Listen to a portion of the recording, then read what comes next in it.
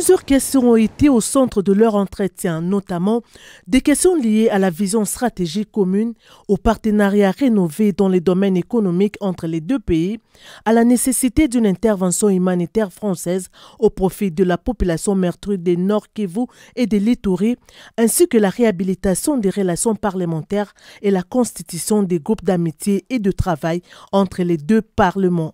Tour à tour entendu le mot de bienvenue de Madame la Présidente qui a situé cette rencontre et qui a souhaité que les relations entre la République démocratique du Congo et particulièrement ces deux parlements s'approfondissent dans les cadres de la diplomatie parlementaire et que le Parlement français est en train de se structurer.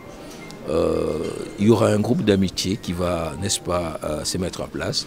Mais surtout, elle a renouvelé l'invitation du Parlement français au Parlement congolais pour assister au sommet parlementaire de la francophonie qui aura lieu au mois de juillet de l'année prochaine. Le fond de notre séance de travail a tourné d'abord sur la nécessité de construire un partenariat stratégique entre la France et la République démocratique du Congo. Pour le président de l'Assemblée nationale, le peuple congolais ne sent pas suffisamment l'appui de la France pour un pays le plus important de la francophonie.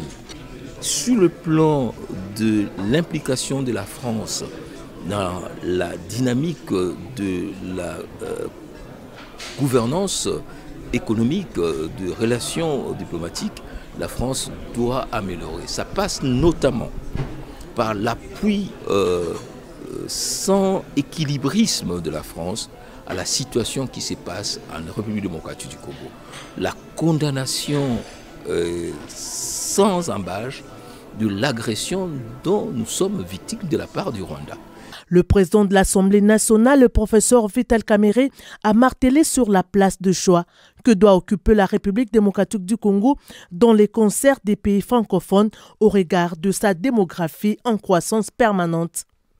Pour le président Vital Kamerhe, cette place exige une considération particulière de la France. Ainsi, il a suggéré que la partie française puisse s'impliquer dans la recherche de la paix dans la sous-région des Grands Lacs, en prenant en compte que c'est la République démocratique du Congo qui est le pays agressé et le Rwanda le pays agresseur.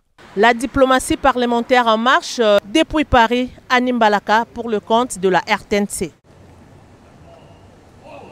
Plusieurs questions ont été au centre de leur entretien, notamment des questions liées à la vision stratégique commune, au partenariat rénové dans les domaines économiques entre les deux pays, à la nécessité d'une intervention humanitaire française au profit de la population meurtrie des Nord Kivu et de l'Ituri, ainsi que la réhabilitation des relations parlementaires et la constitution des groupes d'amitié et de travail entre les deux parlements. Tour à tour entendu le mot de bienvenue de Madame la Présidente qui a situé cette rencontre et qui a souhaité que les relations entre la République démocratique du Congo et particulièrement ces deux parlements s'approfondissent dans les cadres de la diplomatie parlementaire et que le Parlement français est en train de se structurer.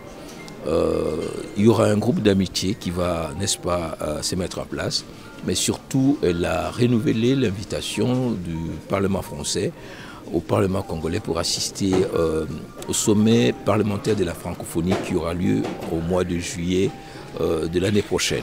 Le fond de notre séance de travail a tourné d'abord sur la nécessité de construire un partenariat stratégique entre la France et la République démocratique du Congo. Pour le président de l'Assemblée nationale, le peuple congolais ne sent pas suffisamment l'appui de la France pour un pays le plus important de la francophonie. Sur le plan de l'implication de la France dans la dynamique de la gouvernance économique, de relations diplomatiques, la France doit améliorer. Ça passe notamment par l'appui sans équilibrisme de la France à la situation qui se passe en République démocratique du Congo.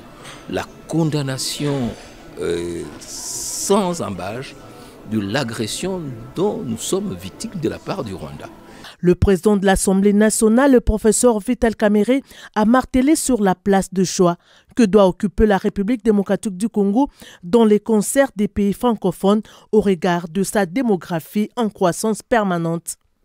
Pour le président Vital Kamerhe, cette place exige une considération particulière de la France. Ainsi, il a suggéré que la partie française puisse s'impliquer dans la recherche de la paix dans la sous-région des Grands Lacs, en prenant en compte que c'est la République démocratique du Congo qui est le pays agressé et le Rwanda le pays agresseur. La diplomatie parlementaire en marche depuis Paris, Anne Mbalaka pour le compte de la RTNC.